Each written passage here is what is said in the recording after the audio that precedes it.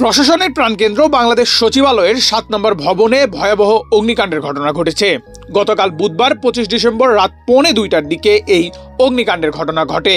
আগুন নিয়ন্ত্রণে কাজ করে ফায়ার সার্ভিসের ১৯টি ইউনিট। প্রায় ৬ ঘন্টা চেষ্টার পর সকাল ৮টা ৫ মিনিটে আগুন নিয়ন্ত্রণে আসে। ধারণা করা হচ্ছে ওই ভবনে থাকা মন্ত্রণালয়গুলোর বহু গুরুত্বপূর্ণ নথিপত্র এরই মধ্যে পুড়ে গেছে। এদিকে বৃহস্পতিবার দুপুরে আগুন লাগা ভবনের ৮ম তলা থেকে পুড়ে কয়লা হওয়া একটি কুকুর উদ্ধার করেছেন ফায়ার সার্ভিসের কর্মীরা। প্রশ্ন হলো, এত নিরাপত্তার মধ্যে কুকুরটি কিভাবে সচিবালয়ে ঢুকে ভবনের ভেতরে প্রবেশ করলো? সেই সঙ্গে ৮ম তলায় কুকুরটি যাওয়া নিয়েও রহস্যর সৃষ্টি হয়েছে। কারণ সচিবালয়ের চারপাশ জুড়ে সবসময় কঠোর নিরাপত্তা ব্যবস্থা থাকে। নিরাপত্তার ফাঁকফোকর গলিয়ে কুকুরটি ভবনের এত উঁচুতে চলে যাওয়ার ঘটনায় নানা প্রশ্নের জন্ম দিয়েছে, যদিও এই প্রশ্নের সঠিক উত্তর কারো কাছ থেকে পাওয়া যায়নি।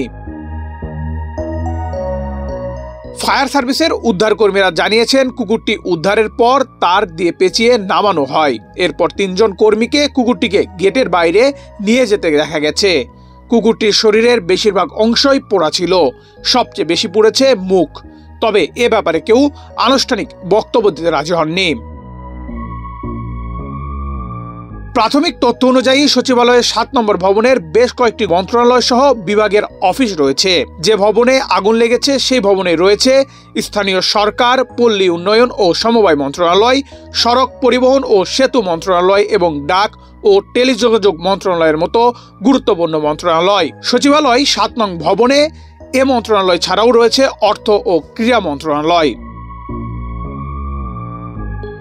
এ বিষয়ে ফায়ার ফাইটার মোহাম্মদ ইমরান শিকদার বলেন, কোনো ভবনে আগুন নির্বাপন করার পর ঊর্ধ্বতন কর্তৃপক্ষের নির্দেশে পুরো ভবন খুঁজে দেখা হয়, কারণ সেখানে আহত কিংবা নিহত অবস্থায় কেউ থাকতে পারেন। সেই কাজ করার সময় আমরা কুকুরের পুড়ে যাওয়া দেহটি খুঁজে পাই।